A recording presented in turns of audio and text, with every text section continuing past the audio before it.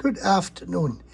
Today we want to take a look at the very basic sauces.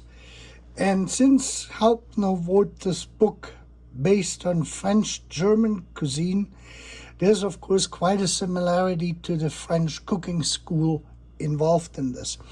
And I have watched over the years many chefs, French chefs, and this one here, I will put 2 links to the French Cooking Academy. Stephan made some 2 very, very good tutorials on how the French mother sauces actually work and how they are composed. And I want to show you on how Hauptner actually did this in his book, on how the techniques have changed between what we're doing today, the more modern school, versus the historic school which he modified for Germany at that time. We have to remember that book now is 187 years or so old, so this is quite some time. He starts with the stock, and he either makes a juice, or a juice, in this case he describes it if you do game like deer or boar, wild boar, that kind of stuff, and especially when you cook for a large group of people. In this case he describes it on how to make juice if you have to process like an entire deer or multiple deers, which he puts in as an example, which was quite common back then because of hunting. And this is the main difference you see here in this book. What I'm reading is the sequence on how he puts stuff together, adds stuff, makes it in the kitchen to arrive at a complete meal, and then just the scale for the amount of people which are going to be served. Normally we make recipes today 2 people, 4 people, somewhere around there, and then you can scale it up. This is on average for a minimum of 5 to 10 people at a bare minimum, or even larger groups like you have it here. I like this here where he writes the Juice von Wild, that means juice from game. In solchen Küchen, wo ganze Rehe und dergleichen konsumiert werden, ist es gut, wenn die sämtlichen Abgänge vom zerlegten Wildbrett zu Juice benutzt werden.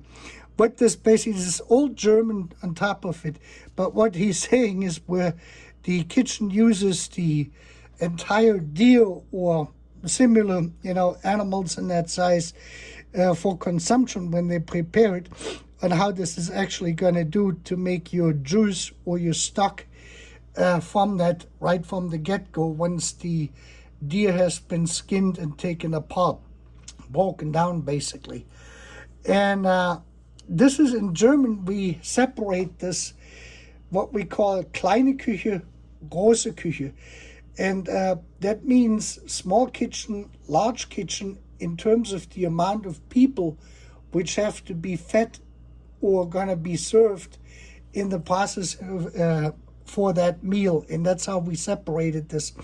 And this, all what he describes here, is basically große Küche, large kitchen for big groups of people, big dinner events and that sort of stuff. But like I said, you can scale this all up and down the way you want it.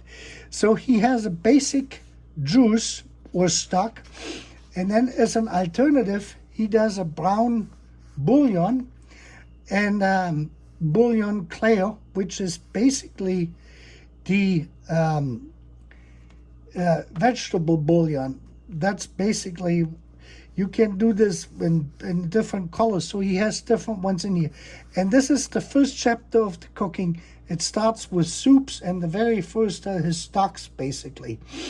And then he goes on, this is basically the beef bouillon, is just what we're using today. For small kitchens, you would use this here.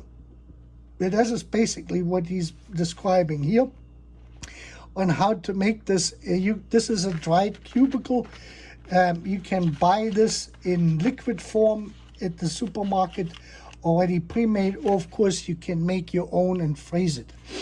And the interesting thing is, most chefs today will show you how to make the stock, generally what we describe as stock, and then tell you to freeze the stock.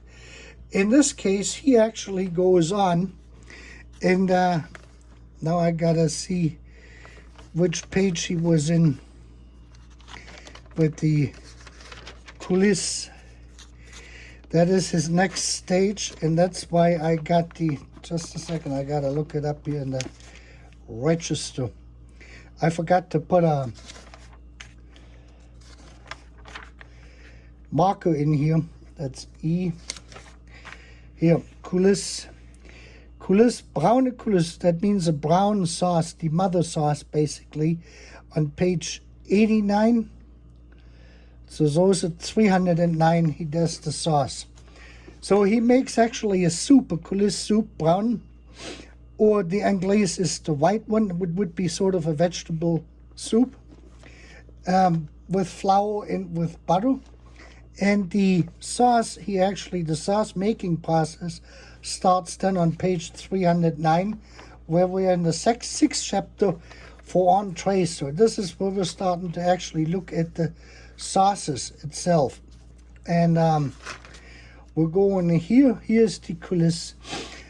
Mit diesem Namen belegt man eine mit Mehl gebundene kräftige Juice oder Boullion, welche man zu jeder beliebigen Soße verkochen kann.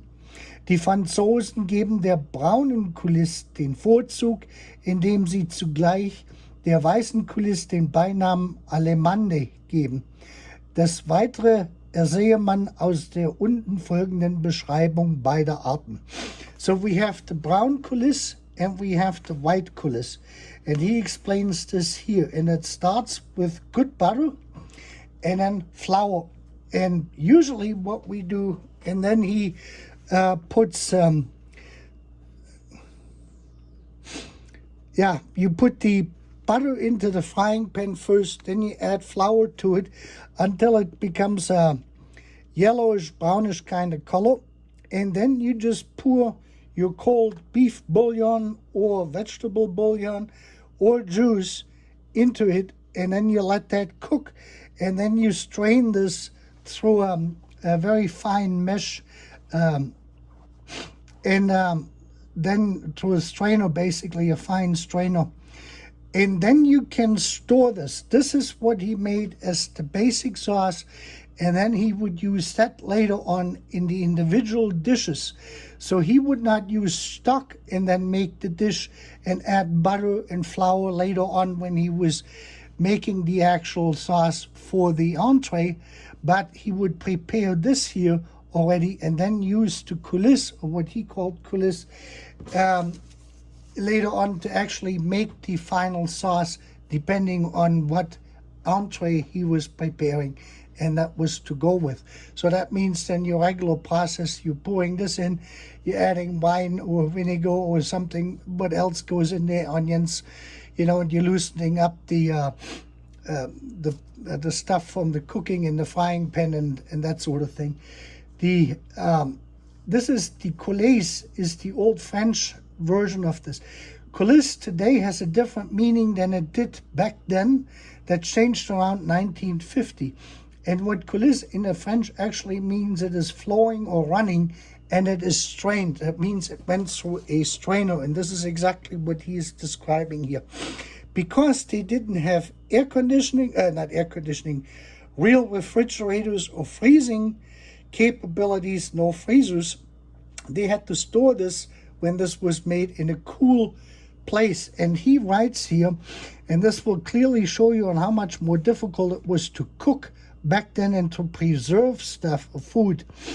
Hat man einen großen Vorrat von solcher Coulis, so muss man öfters nachsehen und sie, wenn man bemerkt, dass sie anfängt zu schimmeln, einige Male aufkochen, denn nur auf diese Weise kann man sie mehrere Wochen erhalten. That means what happened is when you store this, you had to check this. If you made a larger batch of it, you had to check this. And then if you had started mold growing on it, then they would take it out of the storage and put it back in a pot and heat this up several times, bring it to a boil. And that would basically then kill the mold and the Coulis could be used, and this is what he's saying. So some of the stuff we have to be very careful with. Of course, today when you put something like this in the refrigerator, you're probably going to get a week or 2 weeks easily in storage out of this. If you freeze this or put it in portions and then freeze them, they will definitely last longer, but they didn't have the luxury of freezers or refrigerators as we do today. And that is basically the two versions of it, the white coulis and the brown coulis, depending on what kind of a sauce you're gonna make. Brown mother sauce, white mother sauce. That was the very basic beginning which he is describing. And like I said, I would encourage you to watch Stephan's 2 tutorials on how this is actually done today and how the original French cuisine had developed this, because he explains it too. And this is basically, you will see this in an exact copy, but he, like I said, his Hauptner then starts using the coulis rather than just making a broth or a bouillon or a juice stock, in other words, and keeping that stored or frozen, and then using the butter and the flour later on when he's making the final sauce. And with that, you have a great evening.